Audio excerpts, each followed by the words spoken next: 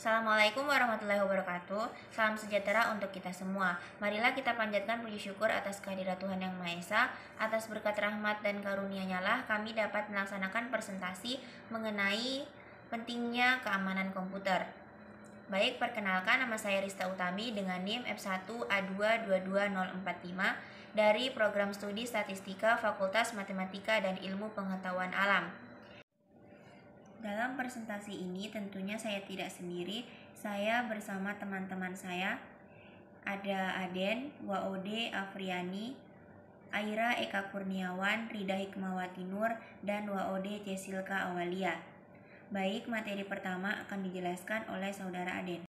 Assalamualaikum warahmatullahi wabarakatuh. Perkenalkan, nama saya Aden dengan NIM F1A222023. Di sini saya akan menjelaskan materi mengenai kejahatan komputer.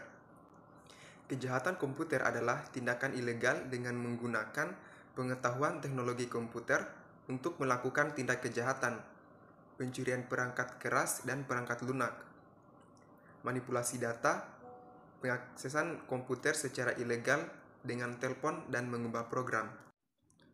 Menurut Thomas Porter dalam bukunya Macam-macam Kejahatan Komputer, yaitu yang pertama, computer abuse, di mana merupakan tindakan sengaja dengan melibatkan komputer di mana satu pelaku kejahatan atau lebih dapat memperoleh keuntungan dan korban dapat menderita kerugian. Kemudian, computer crime merupakan tindakan melanggar hukum di mana pengetahuan tentang komputer sangat penting agar pelaksanaannya berjalan dengan baik. Yang ketiga, computer related crime adalah kejahatan yang berkaitan dengan komputer tidak terbatas pada kejahatan bisnis, kerah putih atau ekonomis. Komputer tidak terbatas pada kejahatan itu mencakup kejahatan yang menghancurkan komputer atau isinya, membahayakan kehidupan dan kesejahteraan manusia karena tidak semua tergantung apakah komputer dapat bekerja dengan baik atau tidak. Kemudian kejahatan dunia maya. Kejahatan di dunia maya dikelompokkan menjadi 6. Yang pertama, akses tanpa izin ke sistem komputer, tanpa hak dan dengan sengaja mengakses secara tidak sah terhadap seluruh atau sebagian sistem komputer, dengan maksud untuk mendapatkan data komputer atau maksud-maksud tidak baik lainnya, atau berkaitan dengan sistem komputer yang dihubungkan dengan sistem komputer lain. Kedua yaitu konten tidak sah. Illegal content atau konten tidak sah merupakan kejahatan dengan memasukkan data atau informasi ke internet tentang suatu hal yang tidak benar, tidak etis, dan dapat dianggap pelanggar hukum atau mengganggu ketertiban umum. Kemudian pemalsuan data merupakan kejahatan dengan memalsukan data pada dokumen-dokumen penting yang tersimpan sebagai dokumen melalui internet. Contoh kejahatan ini pada dokumen-dokumen dengan membuat seolah-olah terjadi salah ketik yang pada akhirnya akan menguntungkan pelaku kejahatan tersebut. Kemudian mata-mata. Kejahatan yang memanfaatkan jaringan internet untuk melakukan kegiatan mata-mata pihak lain dengan memasuki sistem jaringan komputer sasaran. Kejahatan ini biasanya ditujukan terhadap saingan bisnis yang dokumen ataupun data-data pentingnya tersimpan dalam suatu sistem yang bersifat komputerisasi. Yang kelima, mencuri data. Merupakan kegiatan memperoleh data komputer secara tidak sah, baik untuk digunakan sendiri ataupun untuk diberikan kepada orang lain. Merupakan salah satu dari jenis kejahatan ini yang sering diikuti dengan kejahatan penipuan. Kejahatan ini juga sering diikuti dengan kejahatan data ilegal. Yang terakhir atau yang keenam yaitu menyalahgunakan peralatan komputer. Dengan sengaja dan tanpa hak memproduksi, menjual, berusaha memperoleh untuk digunakan, diimpor, diedarkan, atau dengan cara lain untuk kepentingan itu. Peralatan termasuk program, komputer, atau data semacam itu, sehingga seluruh atau sebagian sistem komputer dapat diakses dengan tujuan digunakan untuk melakukan akses tidak sah. intersepsi tidak sah mengganggu data atau sistem komputer, atau juga dapat melakukan perbuatan-perbuatan melawan hukum lainnya. Adapun motif-motif dari pelaku yang pertama yaitu kejahatan yang dilakukan hanya untuk kepuasan pribadi dan menunjukkan bahwa dirinya telah mampu untuk merekayasa dan mengimplementasikan bidang teknologi informasi. Yang kedua, motif ekonomi, politik dan kriminal, yaitu kejahatan yang berdampak pada kerugian secara ekonomi dan politik pada pihak lain. Mungkin itu saja materi yang dapat saya sampaikan. Selanjutnya akan dilanjutkan oleh rekan saya, Wodi Afriani. Lebih dan kurangnya mohon dimaafkan. Billahi taufiq wal hidayah. Wassalamualaikum warahmatullahi wabarakatuh. Bismillah, perkenalkan nama saya Wodi Afriani dengan NIM F1A2222019. Di sini saya akan membahas mengenai istilah-istilah dalam cybercrime. Yang pertama itu terdapat istilah hacker. Hacker adalah sekelompok orang yang menggunakan keahliannya dalam hal komputer untuk melihat, menemukan, dan memperbaiki kelemahan sistem keamanan dalam sebuah sistem komputer ataupun dalam sebuah software. Terdapat beberapa tingkatan hacker, yaitu antara lain elite, semi-elite, developed kiddie, scribe kiddie, dan lamer. Yang kedua terdapat istilah cracker. Cracker adalah sebutan untuk orang yang mencari kelemahan sistem dan memasukinya untuk kepentingan pribadi dan mencari keuntungan dari sistem yang dimasuki, seperti pencurian data, penghapusan, dan lain sebagainya. Ciri-ciri dari seorang cracker antara lain dapat membuat program C dan C++, mengetahui tentang TCP atau IP, menggunakan internet lebih dari 50 jam, mengetahui sistem operasi Unix atau VMC, mengoleksi software dan hardware lama, lebih sering menjalankan aksinya pada malam hari.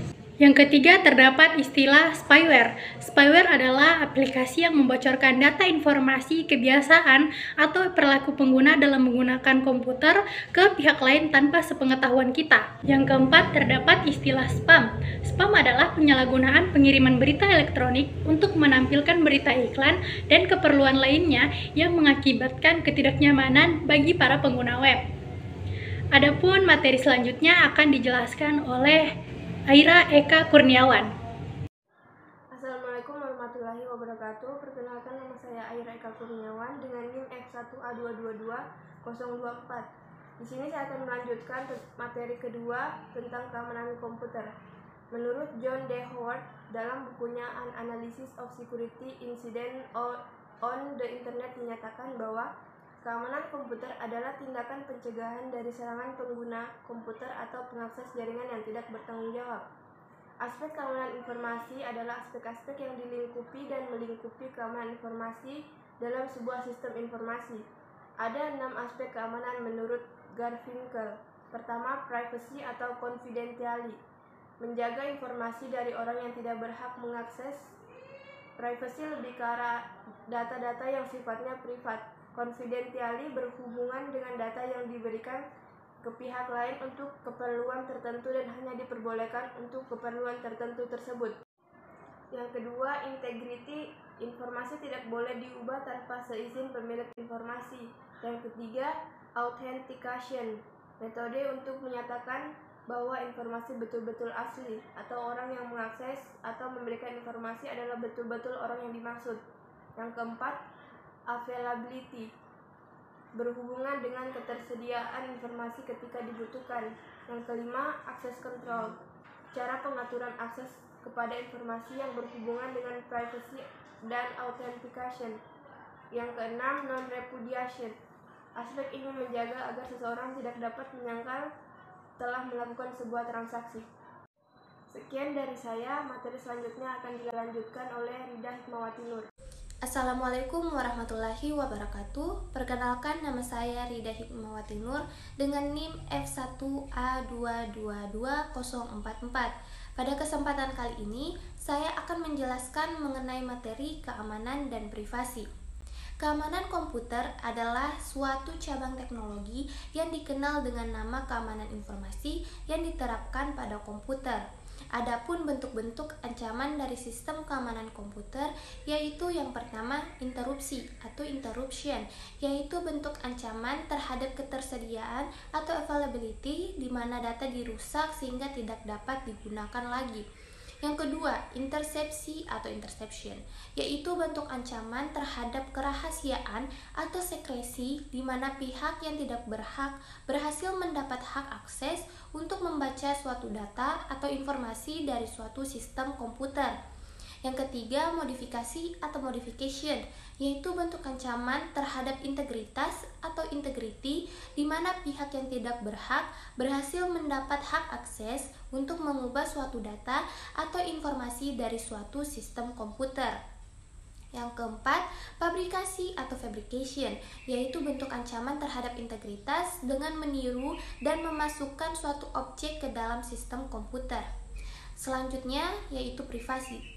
Privasi adalah informasi yang berkaitan dengan individu seseorang yang dapat diidentifikasikan atau orang yang teridentifikasi, termasuk di dalamnya informasi seperti nama, nomor telepon, alamat email, nomor lisensi mobil, karakteristik fisik seperti dimensi wajah, sidik jari, tulisan tangan, dan lain-lain, nomor kartu kredit, dan hubungan keluarga.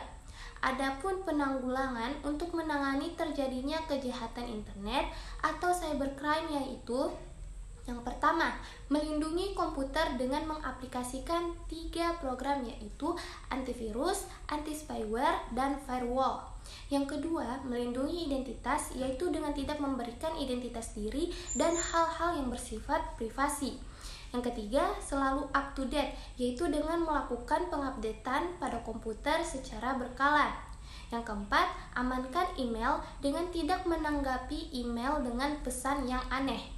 Yang kelima, melindungi akun dengan menggunakan kombinasi angka, huruf, dan simbol setiap kali membuat kata sandi. Demikian penjelasan dari saya. Terima kasih. Wassalamualaikum warahmatullahi wabarakatuh.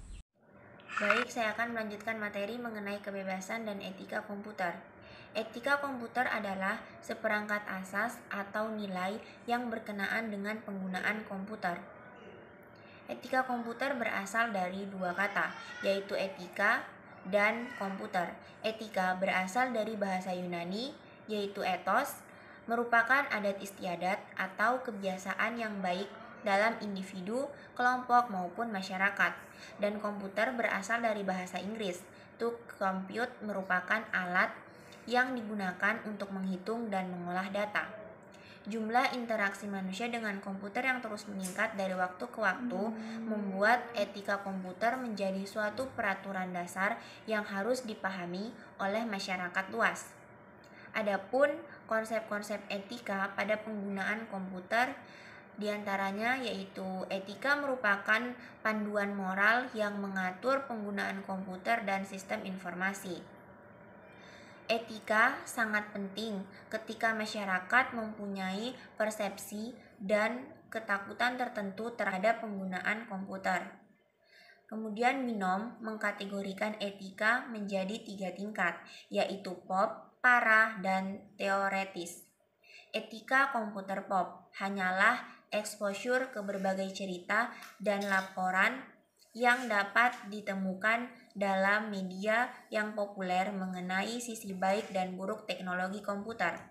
Masyarakat secara umum harus menyadari hal seperti virus komputer dan sistem komputer yang didesain untuk membantu penyandang cacat.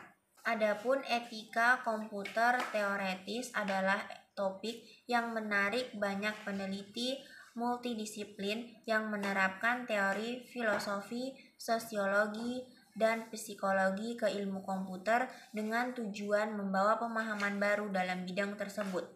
Kemudian Sulianta menambahkan bahwa etika itu dapat diukur melalui penggunaan komputer yang tidak merugikan pihak lain, tidak mengakses berkas yang bukan haknya, tidak menggunakan komputer untuk kejahatan, tidak menggunakan komputer untuk memodifikasi data dengan keterangan palsu, tidak menduplikasi perangkat lunak, tidak memanfaatkan kekayaan intelektual orang lain, menggunakan komputer sesuai dengan keperluan, mempertimbangkan dampak terhadap lingkungan sosial, dan mempertimbangkan konsekuensi sistem komputer yang dirancang.